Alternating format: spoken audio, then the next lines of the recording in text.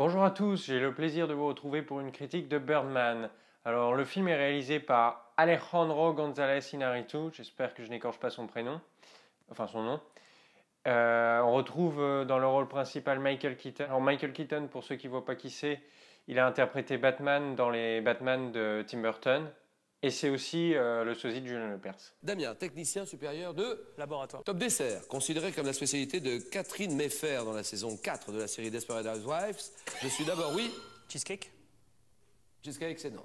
On retrouve également Zach Galifianakis, qu'on connaît dans la trilogie Very Bad Trip. On retrouve aussi Naomi Watts, Edward Norton et Emma Stone, entre autres, pour les acteurs principaux. Le film a remporté de nombreux prix, notamment l'Oscar du meilleur film, meilleur réalisateur, meilleur scénario original et meilleure photographie. Alors, moi personnellement, j'ai adoré. Je vais essayer de vous convaincre d'aller le voir sans trop vous dévoiler de choses pour ne pas vous gâcher le plaisir de la découverte du film. C'est l'histoire d'une ancienne star de cinéma, interprétée par Michael Keaton, qui a, des années auparavant, interprété un personnage de blockbuster qui s'appelle Birdman, donc l'homme-oiseau. Et donc, des années après, il est devenu has-been et il essaye de monter une pièce de théâtre à Broadway pour essayer de revenir un petit peu dans le game, si je puis dire ainsi.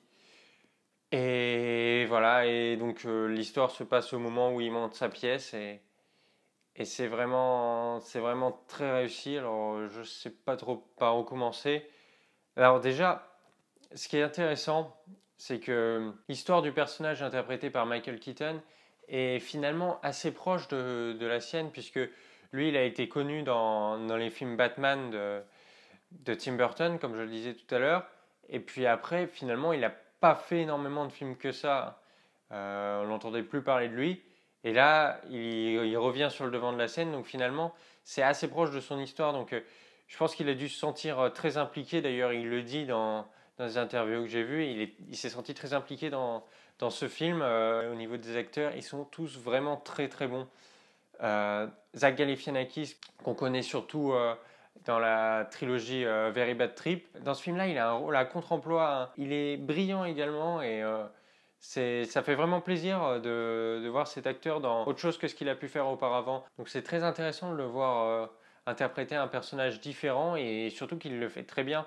Parce que c'est vrai que souvent il y a des acteurs qui se retrouvent coincés dans un rôle et qui après se retrouvent incapables de jouer d'autres personnages. Lui, c'est pas le cas, il est vraiment très bon dans ce film.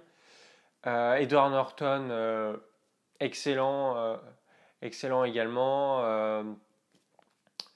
Et puis les autres aussi sont vraiment très bons. Emma Stone, pareil. Ils sont tous très talentueux et vraiment dans le sujet. Bon, la photographie est magnifique aussi. Alors l'Oscar, je pense que tous les Oscars qu'il a reçus, c'était amplement mérité. La photographie est vraiment très belle. La réalisation est absolument dingue également. Il y a des longs plans séquences. Ça doit être un vrai défi de réalisation pour toute l'équipe, à la fois pour les acteurs, pour l'équipe technique, la photographie aussi justement, parce que si la caméra est constamment en mouvement, donc il faut faire en sorte que les lumières fassent ressortir bien les personnages. Avec le mouvement, c'est très compliqué et c'est absolument bien géré. Et donc en fait, l'histoire se passe dans une sorte de continuité, c'est-à-dire que le film est construit d'une telle manière qu'on a l'impression que tout s'enchaîne, parce qu'il y a des plans séquences, bon, il y a des raccords entre les plans, mais il y a une sensation de continuité et ça crée vraiment une atmosphère unique. Et c'est pas un film chiant, c'est pas un film chiant, c'est parce que justement c'est bien géré, le scénario est vraiment bien foutu, de telle sorte que on ne s'ennuie pas. Bon, il y a certains moments où je me disais bon, si ça continue comme ça, bon, ça risque de devenir un peu chiant.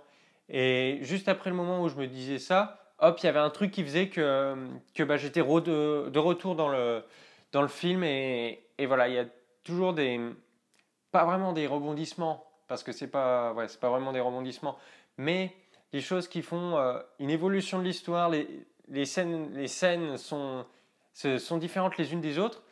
Et, euh, et l'un dans l'autre, ça fait que j'étais captivé dans l'histoire, le talent des acteurs.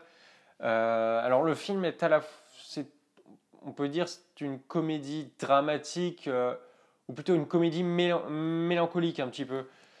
Euh, donc il y a un humour qui est assez présent. Bon après c'est pas non plus à se plier de rire, à se pisser dessus, mais il y a un humour qui est présent et ouais une atmosphère surtout. Une atmosphère vraiment, vraiment magnifique. Le film, on peut le voir comme une sorte de parallèle entre le théâtre et le cinéma, parce que le fait que la caméra suive les personnages tout au long de l'histoire, qu'il y ait très peu de coupures, de changements de plan finalement, eh bien on a un peu l'impression d'être au théâtre finalement, parce qu'on suit en direct, en quelque sorte, les actions des personnages. Et puis, c'est assez intéressant aussi parce que je crois, je ne suis pas sûr, mais il me semble qu'à un moment, voire même à plusieurs moments, euh, il y a un plan qui débute où il fait jour, où le personnage est dans sa loge. Et puis ensuite, donc on voit la lumière du jour qui passe par la fenêtre. Et ensuite, la scène continue, donc le personnage sort, il y a des discussions, la caméra passe d'un groupe de personnes à l'autre, et puis il y a l'histoire qui se crée de cette manière, en fonction des interactions entre les personnages. Ils vont sur la scène, ils jouent la pièce devant les spectateurs, ils repartent et tout. Et ensuite, ils retournent dans sa loge, donc il s'est écoulé en temps de film à peu près, je pense, une demi-heure. Et au bout de cette demi-heure, il retourne dans la loge, donc toujours avec le même plan, hein. Et il fait totalement nuit, c'est-à-dire on voit qu'il fait nuit dehors. On a l'impression d'avoir vécu la journée des personnages. Et alors qu'en fait, finalement, il s'est écoulé qu'une demi-heure. Donc je ne sais pas comment ils ont fait. Il y a sûrement un trucage là, derrière ça. Mais on a vraiment l'impression d'avoir vécu la journée. Et en même temps, on ne s'est pas ennuyé parce il y a des rebondissements. Et puis il nous filme pas une journée, une vraie journée, mais une scène de film d'une demi-heure où il se passe plein de choses, plein de rebondissements, voilà, c'est assez drôle, voilà, il se passe des choses et du coup on s'ennuie pas et puis on a l'impression d'avoir vu le quotidien en quelque sorte, le quotidien des personnages et c'est vraiment, ça crée une atmosphère vraiment unique. Ce film est vraiment une leçon de cinéma, c'est vraiment un film totalement unique à voir. Parce que le rythme est vraiment bien géré. Il y a, voilà, il n'y a pas de longueur et les acteurs ils sont tous au top niveau. Et c'est vraiment un excellent film. Et je recommande vraiment ce film. Les effets spéciaux sont vraiment très réussis également. Parce qu'en fait, le, le film, ce qui est génial aussi avec ce film, c'est que c'est à la fois un film réaliste et à la fois un film totalement fantastique.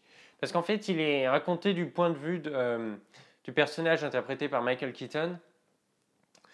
Et ce personnage est obsédé par par le rôle qu'il a tenu auparavant dans Birdman, son rôle de Birdman. Et donc il est un peu schizophrène et il y a une voix qui lui parle quand il est seul. Voilà, il est obsédé par ça. Et justement, quand j'ai vu le début de ces scènes-là, je me suis dit, ah non, ça risque d'être un truc un peu chiant sur l'obsession où le mec se parle tout seul pendant tout le film. Mais pas du tout en fait. Les scènes de schizophrénie, il y a du surréalisme. C'est-à-dire qu'on est dans l'esprit du personnage et du coup, comme comme s'il était Birdman lui-même. Et donc il fait voler des objets et il fait voler des objets, il casse des trucs un peu par la pensée quoi. Et du coup ça fait des scènes très très visuelles et d'action, enfin pas vraiment d'action mais voilà il y a une interaction, il y a des effets spéciaux dans tout ça qui font que c'est super intéressant, ces scènes, elles sont très visuelles. Il y a aussi des scènes où carrément, il est Birdman et puis il s'envole au-dessus des bâtiments et tout, et c'est très très bien fait. Et tout ça, une telle continuité du plan, à chaque fois on a l'impression de voir l'histoire en direct, et du coup les plans séquences donnent une sensation de réalisme. Et quand on voit ces scènes avec des effets spéciaux qui sont très bien faits, eh ben, on est vraiment plongé dedans, et c'est vraiment, je trouve que ça embellit encore plus les effets numériques et les différents trucages, ça les rend encore plus vrais finalement. Et on se plonge dans le film. Ce film est génial parce que c'est une réflexion sur le métier d'acteur en général, sur la célébrité. Le film est aussi une belle réflexion sur le cinéma en général, sur les blockbusters. Les personnages sont vraiment bien écrits. Et alors après, la musique est peut-être un peu redondante. Enfin, non, en même temps, c'est vrai qu'elle s'intègre bien elle s'intègre bien. En fait, il y a des espèces de solos de batterie qui ont été joués par, je crois, un des plus grands batteurs du monde. Et c'est un petit peu répétitif, mais en fait, j'allais dire quelque chose de négatif à propos de ça, mais finalement même pas. Ça crée une certaine unité dans le film, et ça contribue à l'ambiance. Pour résumer, c'est pas un film chiant, et c'est vraiment un film à voir. Il y a énormément de choses à dire, mais bon, je pense que je vais m'arrêter là parce que je serai capable de continuer pendant des heures durant sur ce film que j'ai vraiment adoré. Donc je vous conseille vraiment d'aller voir ce film, et puis d'ailleurs, vous allez aimer ou pas forcément, hein. C'est pas forcément un film que tout le monde aime, d'ailleurs ça n'existe pas un film qui plaît à tout le monde. Et en tout cas, allez le voir, et puis n'hésitez pas à me dire ce que vous en pensez dans les commentaires. Voilà, et puis pensez à vous abonner à la chaîne Cinéreal si ce n'est pas déjà fait. Allez, salut!